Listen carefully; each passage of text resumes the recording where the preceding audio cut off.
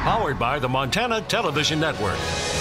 This is the 10 o'clock news on Q2, Montana's news leader. Good evening. Thanks for joining us tonight. I'm Jeanelle Slade. And I'm Jay Cohn.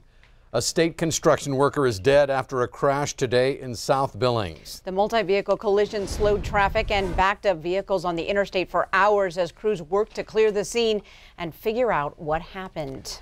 Now, this crash occurred at the South Billings Boulevard off-ramp around 3:30 this afternoon. That's where road workers were doing maintenance on the highway, but that off-ramp was not completely closed. Billings Police Lieutenant Brandon Woolley tells Q2 a Big Sky steel flatbed truck driven by a 28-year-old Billings man entered the construction zone and struck the 52-year-old worker. Authorities are still on scene tonight as the Billings Police Crash Investigation Team investigates. Traffic is slowed down to 35 miles an hour through that area. And tonight that off-ramp is still closed entirely till the wee hours of the morning.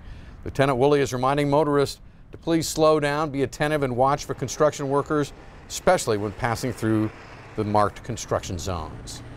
A lot of important decisions for Montanans to make in the midterm election, and not all of them involve politicians. That's right. 2 initiatives are on this year's ballot.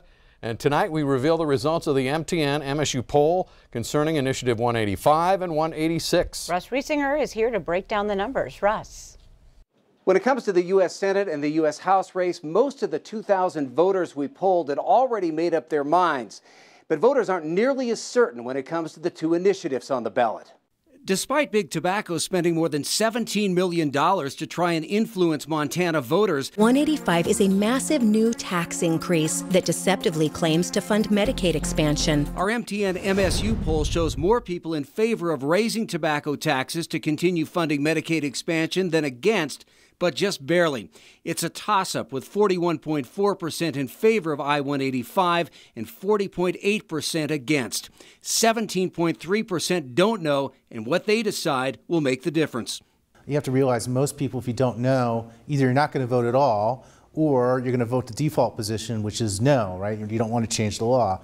So this tight race for 185 is probably to benefit for the opponents of 185 rather than the proponents of 185.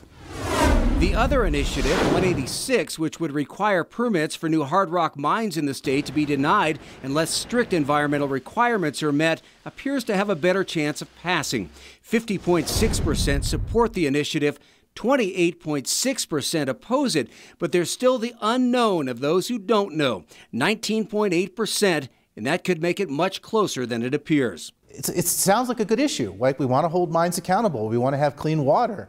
So I think this one has a better chance of passing, but it's ultra tight. I actually think when you take the don't knows into account, this is probably too close to call. So those don't knows, the people who have not yet made up their minds, could very well decide what happens with these 2 initiatives on Election Day when they do finally make up their minds. Jay and Jeanelle? All right. Thanks so much, Russ. Also, our poll asked voters to weigh in on the 6 mill levy that's also on the ballot. It helps fund the Montana University system. Almost 54% of the voters polled say they support it. 22% were against it.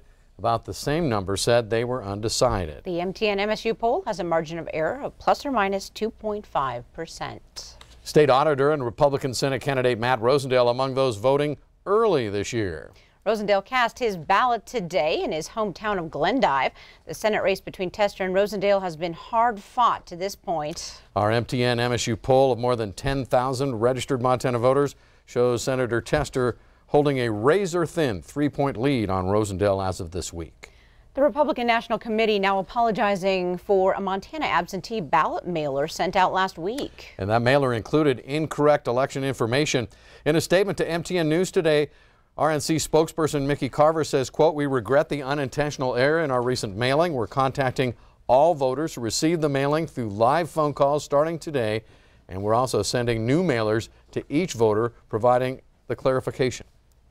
Federal investigators are working to find out who's responsible for mailing crude pipe bombs to high-profile Democrats and critics of President Trump.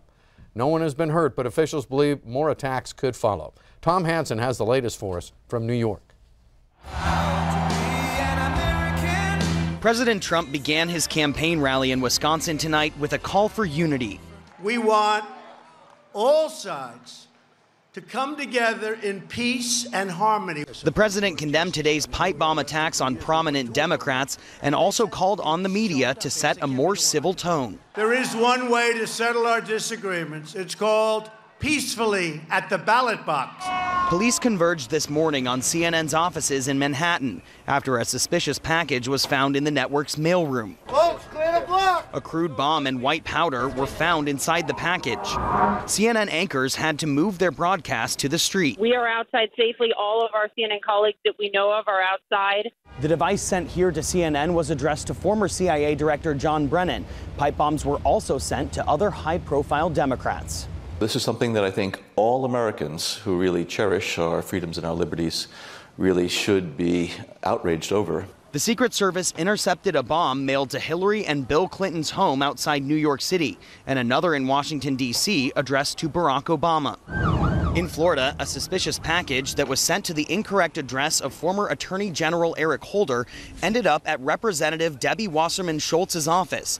She was listed as the sender of all the suspicious devices. And tonight in Los Angeles, officials confirm a package addressed to Democratic Congresswoman Maxine Waters was discovered at a postal facility. Investigators believe whoever is behind this is not an amateur. Tom Hansen, CBS News, New York.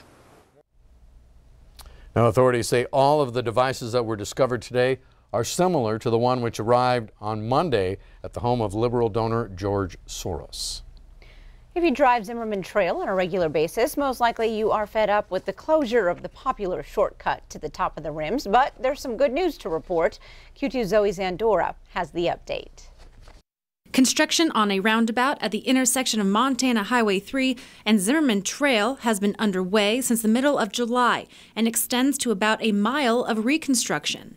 A lot of concrete work that goes into this, a lot of retaining wall work on Zimmerman, and if you look behind us, obviously you can see that they're continuing the concrete work on the roundabout. The two projects combined are costing about $8.17 million. The roundabout itself is a lot of concrete work and a lot of kind of brick work in the middle and dirt work in the middle.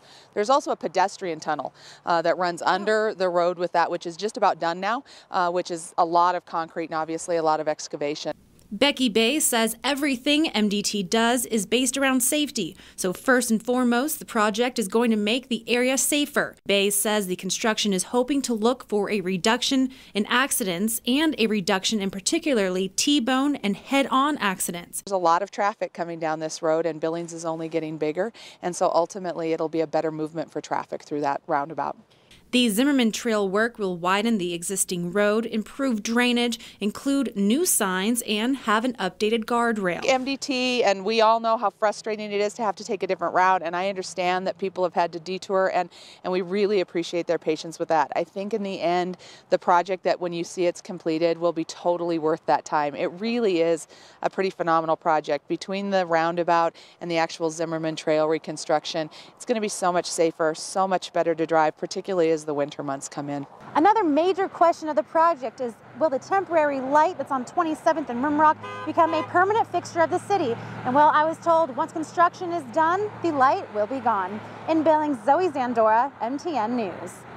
And Zoe tells us if the project stays on schedule and the weather cooperates, Zimmerman Trail could reopen by mid-November. Multiple fires are burning across Montana this week, but there is no cause for alarm because these particular blazes have been years in the making. As Q2's Connor Pregetzer shows us, one small fire today can prevent big fire destruction in the future. Prescribed burns are a key part of wildland fire safety and are carefully planned by the Bureau of Land Management to make sure everything goes as expected.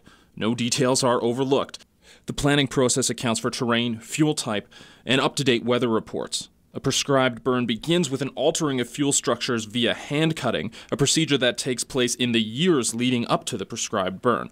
Chris Barth, a public information officer for the Bureau of Land Management, tells us that prescribed fires are an important tool in preparing for future wildfires. You know, it's done with a lot of planning, a lot of resources to help make sure that it's done safely. But we also are doing it, we're changing the fuel, changing the conditions so that if a fire was to burn through here, you know, we've changed, we've improved the likelihood of having a successful suppression effort. The crews burn a black line around the edge of the burn unit to establish boundaries to contain their fire. The fire is started by a drip torch, which most closely resembles an oversized upside-down kerosene lamp, which methodically drips fire onto the landscape. And it comes through here, and it pours out this little, there's a little opening, and then this piece is like the wick that's lit. So the fuel just continues to feed that stays lit, and that's what they use to drag across the ground.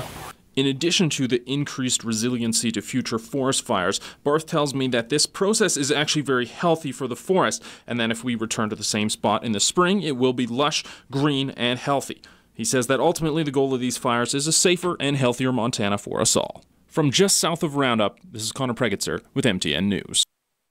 Good story. Thank you, Connor. Weather conditions are closely monitored in all prescribed fires so they can avoid active fires in unsafe conditions. And the fire supervisor tells Connor his crew is already looking ahead to this weekend to see if the changing forecast could create some of these unsafe conditions. Speaking of the weather this weekend, our chief forecaster Bob McGuire joining us now. Bob, prescribed burns can be very important, especially at this time of the year when those winds start to pick up. Yeah, and we are expecting a couple of situations where we do have the wind moving in. Let me show you. It's a couple of real quick moving Alberta Clipper forecast models. And as you can see here, there's your little first one. That's moving in tonight and tomorrow morning. Then it looks like on Friday, here comes another little Alberta Clipper moving in. And so what's going to happen all around these little cold fronts moving through the region, it's going to be a little on the breezy side through those things. So let's just show you our forecasted winds. As you see here through Thursday, not much going on here until about maybe Friday. We're going to see maybe 20-mile-per-hour winds at about 2:30 on Friday afternoon. Then again on Saturday, looking for the winds really starting to kick in, about 22 miles per hour in the Billings area. And look at the 30s over to Glendive and Miles City. Very windy out there as we head into the weekend. We'll have your forecast, though, your short-term forecast coming up in a few more minutes. All right, thanks, Bob. Coming up on tonight's 10 o'clock news, the stock market today took its biggest dive in 7 years. Find out how it ended next. And coming up in sports, Rockies football guys talk to Scott Breen about the high stakes in Saturday's Top 20 Showdown. You're watching MTN News with Jay Cohn and Jeanelle Slade. Storm Tracker weather with Bob McGuire and sports with Scott Breen. This is the 10 o'clock news on Q2, Montana's news leader.